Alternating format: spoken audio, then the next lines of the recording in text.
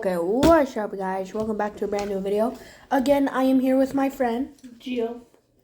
And well, you can see what's on the screen. We'll be reacting to those. This is reaction number 2. Yeah. Part 2. Yeah. Without further go check out Mr. Nightmare. Without further ado, let's see.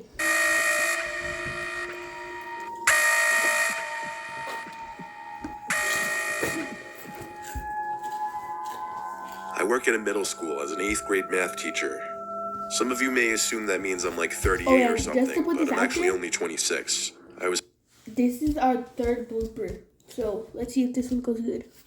What do you mean? Bro, no.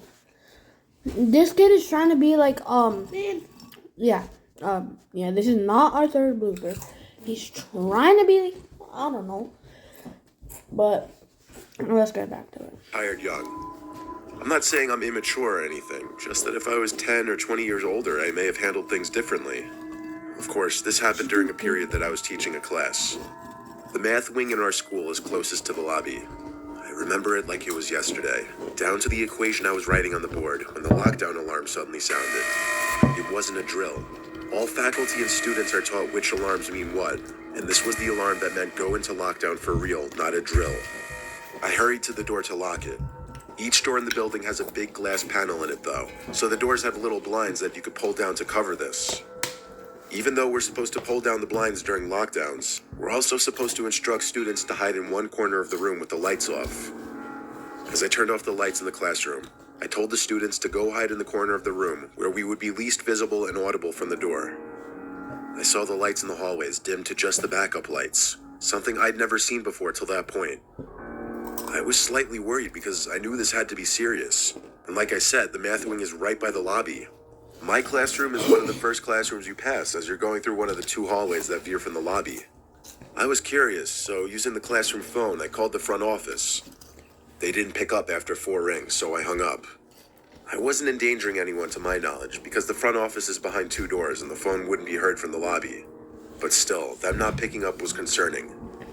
There was suddenly a knocking on the door, a frantic, panicked knocking, accompanied with someone on the other side of the door begging to be let in.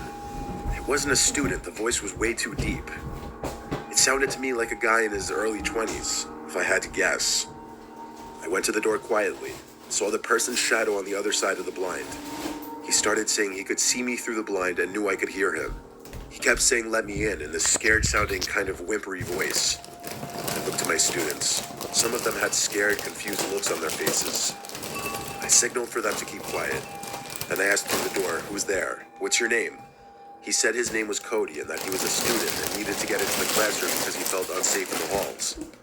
When he told me this, I noticed he seemed to be trying to talk in a slightly higher pitch. I wasn't falling for it. There was no way that voice belonged to a middle schooler. I ignored him and went back to the corner by the students. The guy on the other side of the door started knocking harder now, fiddling with the doorknob and then kind of thrashing at the door, all while still saying, help, let me in.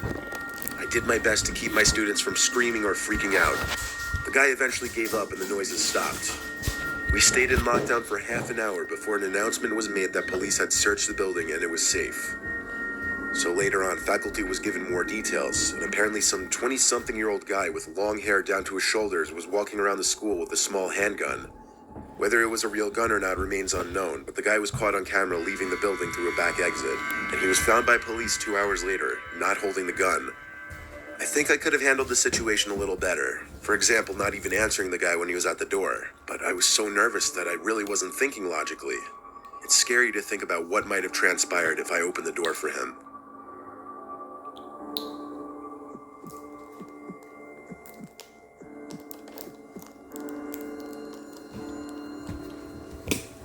This was back in my university days, not too long ago. I was in between classes with an hour-long gap. I had to go to the bathroom, but I didn't like using the bathrooms that most other people use. There were a couple restrooms on campus that were never really used. For example, the activity center building's bathroom. Our school's activity center was usually a ghost town during early day hours, and it was next to the building where I'd be having my next class, so it wasn't like it was far away. Inside the lobby of the activity center, some guy was sitting on a desk looking down at his phone. He looked up at me as I passed and said good morning. I said it back and proceeded around the curved hallway to the restrooms. While I was in one of the stalls, the door to the restroom opened and a man asked if anyone's in here.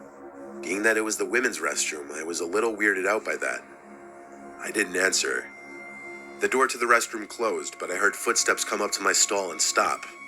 There was a light tap on the stall door with one of his fingers, I'd presume. Then, in that ever so tiny crack in the door, I saw the man pressing his face up through it. I saw his eye looking in for a second. I gasped and said, "Someone's in here." He replied back asking why I didn't answer him, then told me this building and all nearby buildings are going into lockdown because of an apparent student who was sighted with a weapon. I didn't understand why he was in the women's bathroom with me, though. I left the stall to be face to face with him, and it was that guy that was sitting on the desk before. I was guessing he was the front desk worker or whatever for this building. He had to be trustworthy. He showed me a text on his phone from a random number, and it was a warning from the university to stay inside whatever building and classrooms you're in and to lock all the doors due to a potentially armed individual on campus. I found that alarming, so I felt comfortable with him going to blockade the bathroom door with Wait, give us a second. the garbage bin. After he did that, though, the two of us just stood in the bathroom together, awkwardly. Like, I was trying to ask him for more details about the potentially armed person on campus. He said he I forgot to say, grab some snacks while you're at it. I feel so dumb saying it right now. But, I'll give you, 10 seconds. 10 seconds to get snacks. Yeah.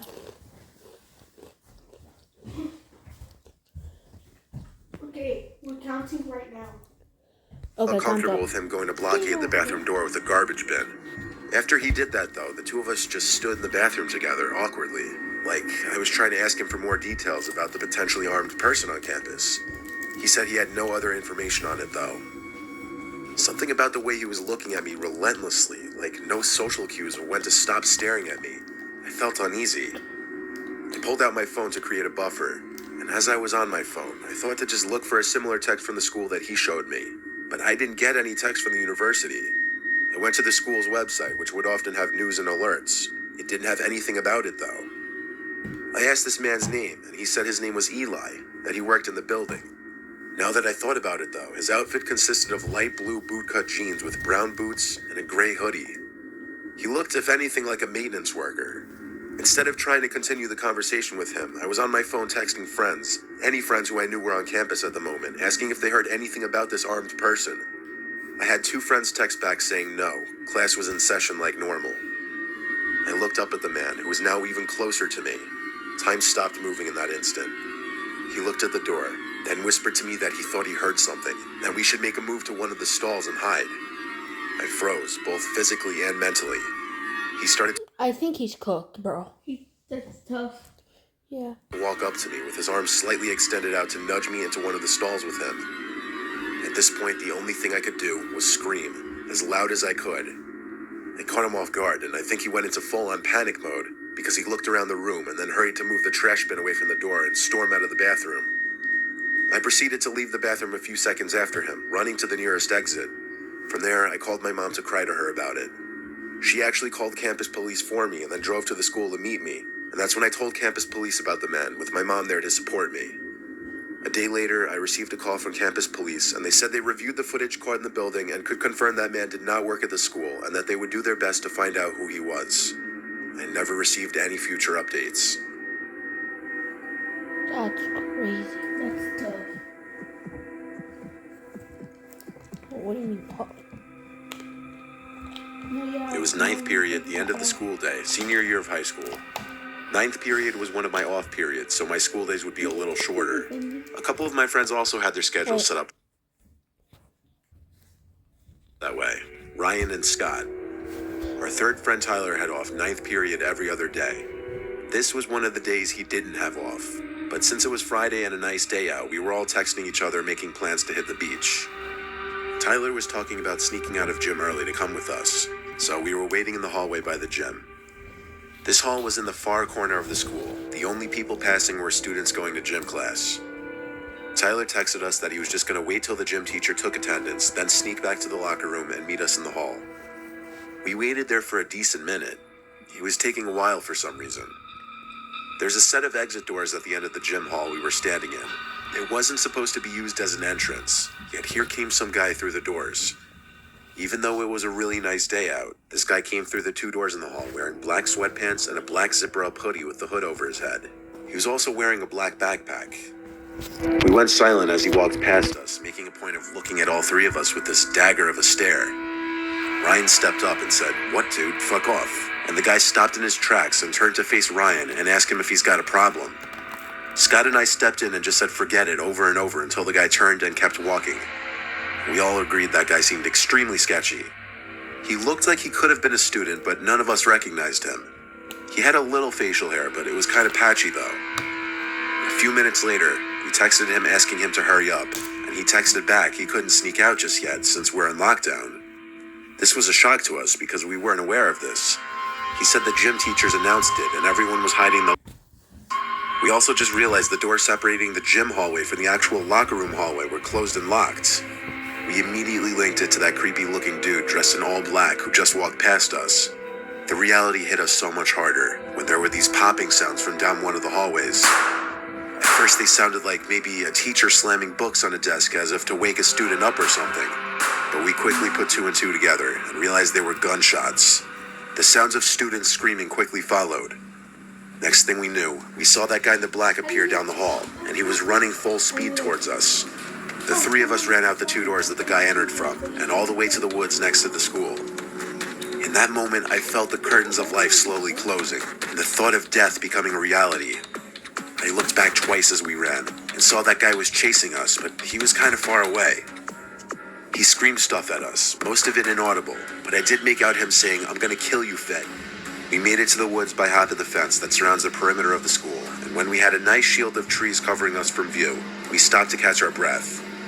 We decided to wait it out, laying flat on the ground to avoid detection. We then heard footsteps nearby. They got louder and louder until I could see him running through the woods looking for us. He ran further away from us, not noticing us, and when he was out of sight, we all agreed to run for it back to the senior parking lot. Between the running and the shock of the near-death experience we just had, I don't know how I didn't vomit. We got to my car and I drove all 3 of us to my house. Obviously the beach idea was out the window now.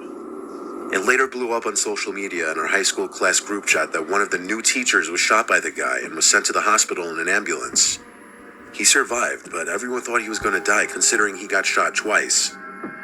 No one knows who that guy was or why he targeted that one specific teacher. I'm sure he went after us because Ryan antagonized him. He probably waited to come back for us, or Ryan specifically, because he didn't want to alert the whole school with a gunshot. Who knows though? But that wouldn't have really mattered anyway because the school was already tipped off by a nearby house about him because he was seen pissing on their property before going to the school. Not to mention the way he was dressed on an 80-degree day. I consider this a near-death experience, and I count my lucky stars I survived. Okay, well, that's it. If you enjoyed this video, drop a like and see you next time.